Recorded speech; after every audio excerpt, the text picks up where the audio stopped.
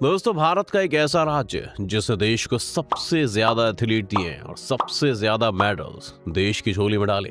एक ऐसा राज्य जो कि महाभारत काल से लेकर प्राचीन भारत के कई युद्धों का गवाह बना।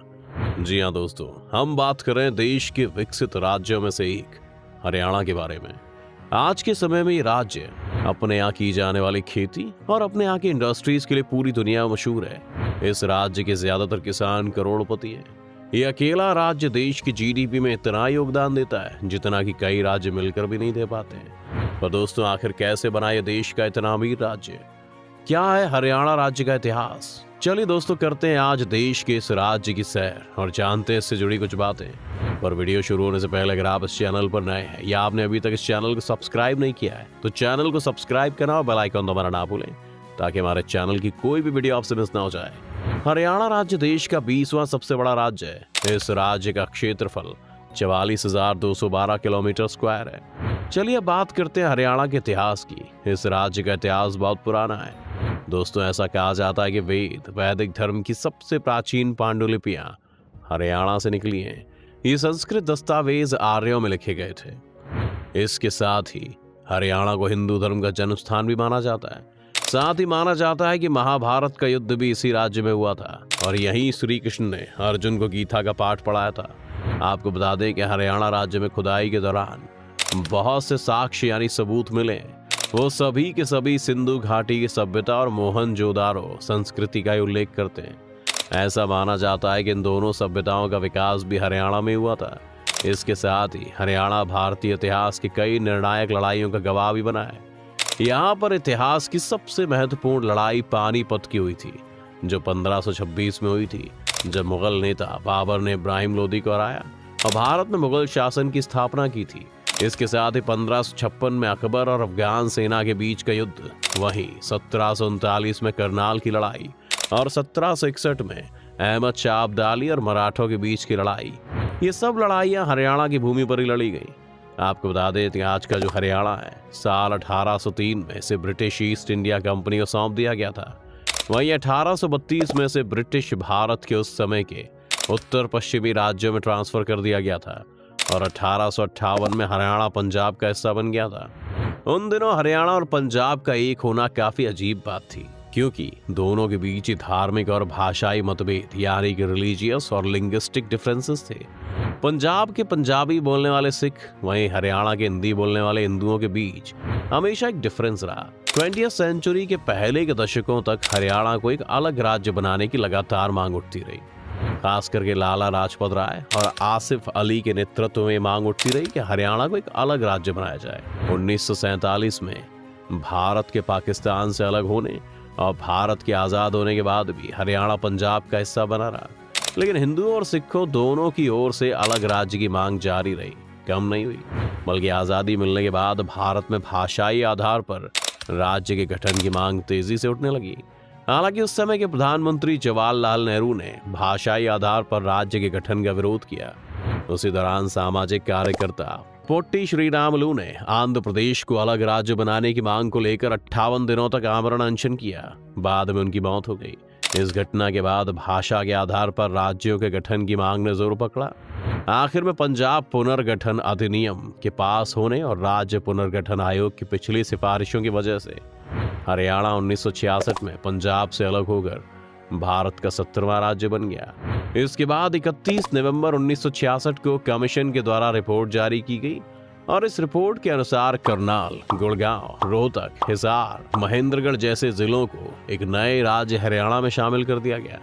आपको बता दें कि आज के समय में इसमें कुल 22 जिले हैं और इसकी राजधानी चंडीगढ़ है। हरियाणा का जियोग्राफिक स्ट्रक्चर। ये राज्य उत्तर भारतीय राज्य है। ये कुल 3 दिशाओं से अलग अलग राज्यों की सीमा से जुड़ा हुआ है। हरियाणा के उत्तर में पंजाब और हिमाचल प्रदेश है। वहीं इसके पूर्व में उत्तर प्रदेश, उत्तराखंड और दिल्ली है। वहीं इसके दक्षिण पश्चिम में राजस्थान है। इसके साथ ही हरियाणा दिल्ली के उत्तरी, पश्चिमी और दक्षिणी सीमाओं का निर्माण करता है। भौगोलिक तौर पर हरियाणा को 4 भागों में बांटा जा सकता है। राज्य के उत्तरी हिस्से में मौजूद यमुना घग्गर नदी के प्लेन मैदान, उत्तर में शिवालिक पहाड़ियों की एक बेल्ट, दक्षिण पश्चिम में बांगड़ रीजन और दक्षिणी हिस्से में अरावली पर्वतमालाओं के शेष यानी कि रेमनेंट। जो कि हॉरिजॉन्टली राजस्थान से दिल्ली तक फैली हुई है। वहीं आपको बता दें कि इस राज्य की मिट्टी आमतौर पर काफी उपजाऊ है। इस राज्य की ज्यादातर जमीन पर खेती की जा सकती है। यही वजह है कि यहाँ ज्यादातर लोग खेती करते हैं, लेकिन यहाँ सिंचाई की ज्यादा जरूरत पड़ती है। वहीं इस राज्य में कुछ अपवाद यानी एक्सेप्शंस भी हैं, जिसमें पहाड़ी उत्तर पूर्व की जमीन है जो कि बिल्कुल उपजाऊ नहीं है, और दक्षिण पश्चिम के रेतीले क्षेत्र शामिल हैं जो राजस्थान के थार रेगिस्तान से लगते हुए हैं। वहीं अगर इसके क्लाइमेट की बात करें तो ये गर्मियों में गर्म और सर्दियों में ज्यादा ठंडा होता है। यहाँ मई और जून में सबसे ज्यादा टेम्परेचर 44 डिग्री होता है, तो जनवरी में सबसे कम टेम्परेचर होता है। हरियाणा राज्य प्राकृतिक रूप से बहुत अमीर है। इस राज्य में बहुत सी नदियां बहती हैं।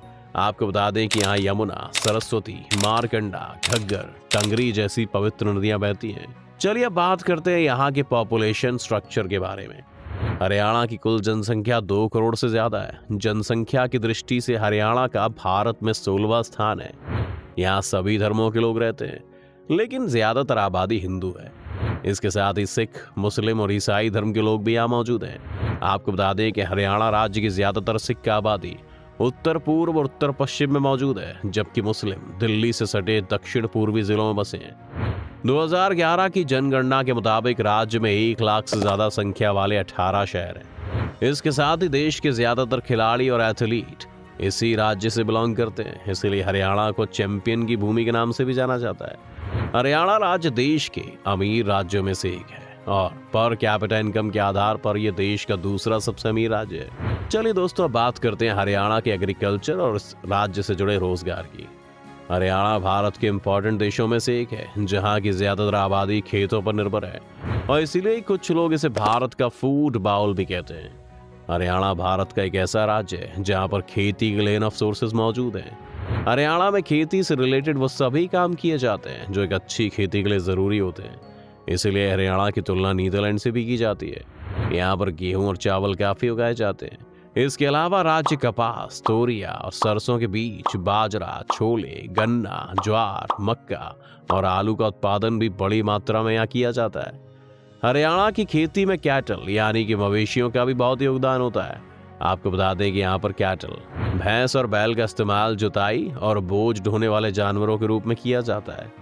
आज भले ही हरियाणा देश की खेती में इतना योगदान देता हो, लेकिन आपको बता दें कि हरियाणा एग्रीकल्चरल प्रोडक्टिविटी के लिए काफी हद तक हरित क्रांति यानी कि ग्रीन रेवोल्यूशन के लिए जिम्मेदार है, जो कि 1960 के दशक में हुई थी। ये क्रांति दुनिया की भूख को कम करने के लिए शुरू की गई थी। ये एक अंतर्राष्ट्रीय आंदोलन था।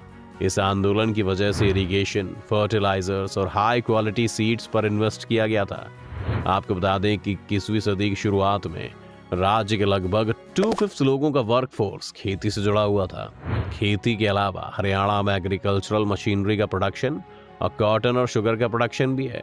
इसके अलावा यहाँ पर बाइसिकल्स की मैन्युफैक्चरिंग भी की जाती है। साथ ही इस राज्य में बहुत सी ऐसी कंपनीज भी खुल चुकी हैं जो कि ट्रैक्टर, हार्वेस्टर, कार से जुड़ी हुई चीजों की मैन्युफैक्चरिंग करती हैं। इसके अलावा इस राज्य का गुड़गांव, मानेसर जैसी जगहों पर बहुत सी इंडस्ट्रीज हैं जिनकी वजह से दूर दूर से लोगों को रोजगार मिलता है। दोस्तों, अगर बात हरियाणा के ट्रांसपोर्ट की करें तो हरियाणा लंबे समय से आसपास के राज्यों और पूरे भारत से अच्छी तरह से जुड़ा हुआ है। ऐतिहासिक ग्रैंड ट्रंक रोड और उत्तर रेलवे की मेन लाइन के साथ साथ कई मेजर हाईवेज और रेलवे लाइंस दिल्ली में मिलने के लिए इस राज्य से होकर गुजरती हैं। इसके साथ ही इस राज्य का एजुकेशन स्ट्रक्चर भी काफी अच्छा है। एक वक्त था जब यहाँ के लोग एजुकेशन को इतना जरूरी नहीं मानते थे, पर आज एजुकेशन की जरूरत को समझते हुए हरियाणा के हर गांव में स्कूल है। इसके साथ ही जैसा कि हमने आपको बताया कि हरियाणा खेल कूद में भी हमेशा से आगे रहा है। हरियाणा में बहुत से खिलाड़ी हैं जिन्होंने टोक्यो ओलंपिक और बाकी टूर्नामेंट्स में गोल्ड मेडल, सिल्वर मेडल और ब्रॉन्ज मेडल जीते हैं। नीरज चोपड़ा जैसे महान खिलाड़ी भी इसी राज्य से हैं दोस्तों। तो दोस्तों, ये थी हरियाणा के इतिहास से लेकर आज तक की पूरी कहानी। तो दोस्तों, आज की वीडियो में इतना ही। उम्मीद करते हैं आपको आज की इस वीडियो से काफी कुछ सीखने को मिला होगा। अगर आपको ये वीडियो पसंद आया हो तो वीडियो को लाइक करें, और अगर आप इस चैनल पर नए हैं तो जाने से पहले चैनल को सब्सक्राइब करना भी ना भूलें।